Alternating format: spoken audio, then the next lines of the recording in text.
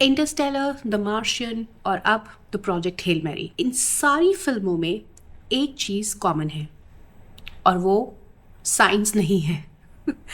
मैंने finally Project Hail Mary Amazon Prime पे देख ली है और इसको देखने के बाद मैं बहुत कंफ्यूज हूँ क्योंकि मैंने इस फिल्म के जो रिएक्शंस देखे थे वैसा समहाउ मेरा रिएक्शन बिल्कुल भी नहीं था और मुझे समझ भी नहीं आ रहा था कि क्या मैंने कुछ गलत देख लिया है या लोग कोई और फिल्म देख के आ रहे हैं शायद।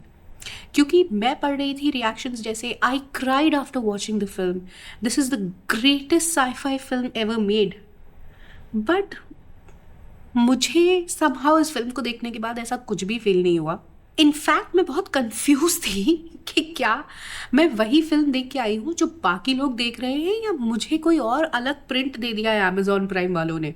और तभी मुझे रियलाइज़ हुआ about a story telling concept जो सिर्फ प्रोजेक्ट हेल मैरी पे ही अप्लाई नहीं होता बल्कि और भी बहुत सारी ग्रेट फिल्म्स के ऊपर अप्लाई होता है। Hello everyone, welcome back to my channel Pages Frame Stories, जहां हम सिर्फ फिल्म्स, बुक्स और ओटीटी वेब सीरीज के बारे में बात ही नहीं करते हैं, हम उनके पीछे की फिल्म मेकिंग, स्टोरी टेलिंग और साइकोलॉजी को समझने की कोशिश भी करते हैं। और इस वीडियो को एंड तक देखना मत भूलना क्योंकि एंड तक आपको समझ में आएगा कि कैसे एक ही फिल्म कुछ लोगों को रुला देती है जबकि वही फिल्म कुछ लोगों से इमोशनली कनेक्ट भी नहीं कर पाती। सबसे पहले एक मिसकंसेप्शन क्लियर करते हैं। ज़्यादातर लोगों को ये लगता है कि जो साई-फाई फिल्म्स होती हैं लाइक इंटरस्टेलर, मार्शियन या प्रोजेक्ट हेल मैरी वो साइंस के बारे में होती हैं। एक्चुअली रियलिटी में वो साइंस के बारे में नहीं होती हैं। अब आप इंटरस्टेलर को ले लो, लोगों को लगेगा कि वो फिल्म ब्लैक होल्स के बारे में है। नहीं, वो फिल्म एक बाप और बेटी के बारे में है। आप मार्शियन ले लो, वो फिल्म मार्स के बारे में नहीं है, वो फिल्म सर्वाइवल और होप के बारे में है। और वैसे ही अराइवल मूवी जो है वो सिर्फ एलियंस के बारे में नहीं है, वो लव, लॉस और टाइम के बारे में है। और वैसे ही जो फिल्म है प्रोजेक्ट हेल मैरी वो सिर्फ ह्यूमैनिटी को बचाने के बारे में नहीं है। वो सरफेस पे हमें ऐसा फील होता है कि वो ह्यूमैनिटी को बचाने के बारे में है, लेकिन अगर आप ध्यान से वो फिल्म देखो तो वो फिल्म लोनलीनेस, फ्रेंडशिप, सर्वाइवल और ट्रस्ट के बारे में है।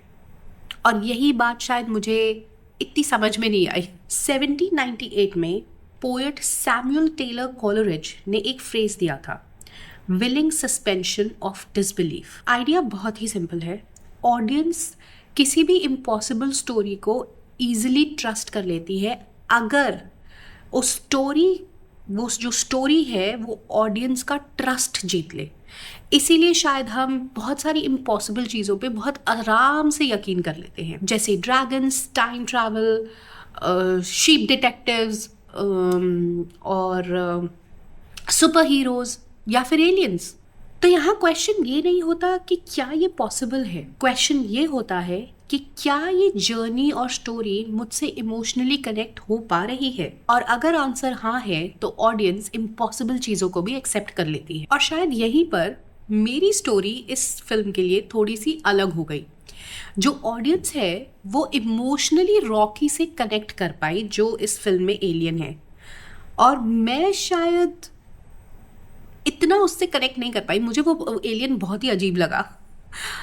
और इसके पीछे भी एक साइकोलॉजिकल कॉन्सेप्ट है और वो है narrative transportation theory proposed by Meloni green and Timothy Brock. इस थ्योरी के हिसाब से जितना ज़्यादा ऑडियंस स्टोरी की दुनिया में इमोशनली ट्रांसपोर्ट हो जाती है उतना कम वो लॉजिकली उस स्टोरी में फ्लॉज ढूंढती है। लेकिन अगर वो ट्रांसपोर्टेशन कंप्लीट ही ना हो तो दिमाग ऑटोमेटिकली क्वेश्चंस पूछना शुरू कर देता है।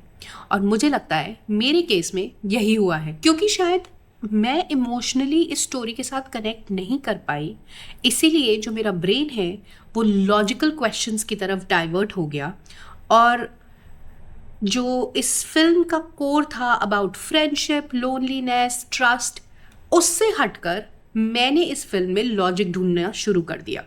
और वहीं पे मेरा एक्सपीरियंस इस फिल्म को लेके बाकी ऑडियंस से अलग हो गया। और ना चाहते हुए भी एक फिल्म जिससे मैंने इस फिल्म को बहुत कंपेयर किया वो है, जब मैंने कोई मिल गया देखी थी तो मुझे वो बहुत रिलेटेबल लगी थी, और उसका जो एलियन था जादू, वो मुझे बहुत somewhere I was able to emotionally connect with the whole concept of कोई मिल गया, जो मैं प्रोजेक्ट हेल मैरी में नहीं कर पाई। शायद क्योंकि जो पेसिंग थी उस फिल्म की कोई मिल गया की, वो बहुत करेक्ट थी। वहाँ सब कुछ बहुत धीरे धीरे आराम से हो रहा था। पहले जादू के लिए क्यूरियोसिटी जगती है, फिर धीरे धीरे उस पर ट्रस्ट आता है, फिर एक बॉन्ड बिल्ड होता है जादू और रोहित के बीच में, और फिर वो एक इमोशनल जर्नी चलती है उन दोनों की, जिसपे ऑडियंस उनके साथ चली जाती है।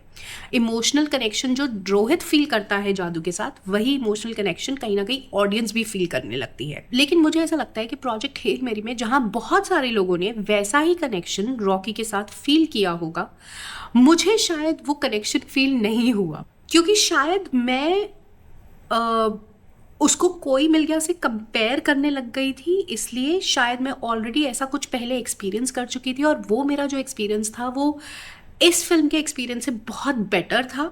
तो इसलिए शायद मैं इस फिल्म को लॉजिकल कॉन्सेप्ट्स पे एनालाइज करने लगी, in spite of analysing it through emotional concepts.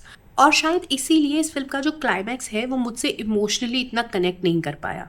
इसका ये मतलब नहीं है कि फिल्म खराब थी या फिल्म बुरी थी, इसका सिर्फ इतना सा कॉन्सेप्ट है कि मेरी इमोशनल जर्नी बाकी ऑडियंसेस से थोड़ी सी अलग। और यही शायद स्टोरी टेलिंग की सबसे खूबसूरत चीज़ है कि हर कोई उस स्टोरी को अपने पर्सपेक्टिव के हिसाब से देख रहा होता है।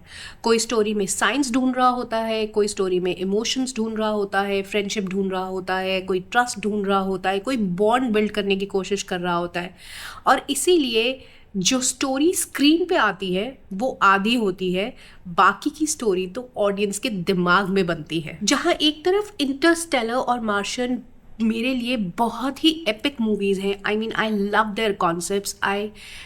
इंटरस्टेलर देखते वक्त आई फेल्ट इमोशनल, मार्स देखते वक्त I was so engrossed and connected to the character.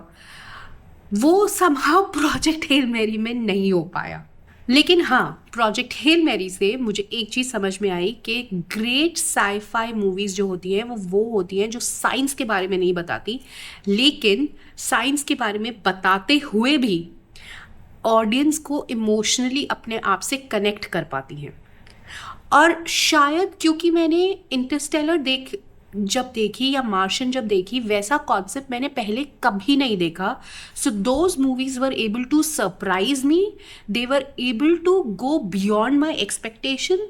May be that's why जो मेरा एक्सपीरियंस था of watching Interstellar and Martian was comparatively very different from watching Project Hail Mary. तो अब सवाल आपसे है कि प्रोजेक्ट हेल मैरी अगर आपने देख ली है तो आप किस कैटेगरी में आते हैं, मेरी कैटेगरी में या फिर उस कैटेगरी में जहां आप इमोशनली उस फिल्म से कनेक्ट कर पाए?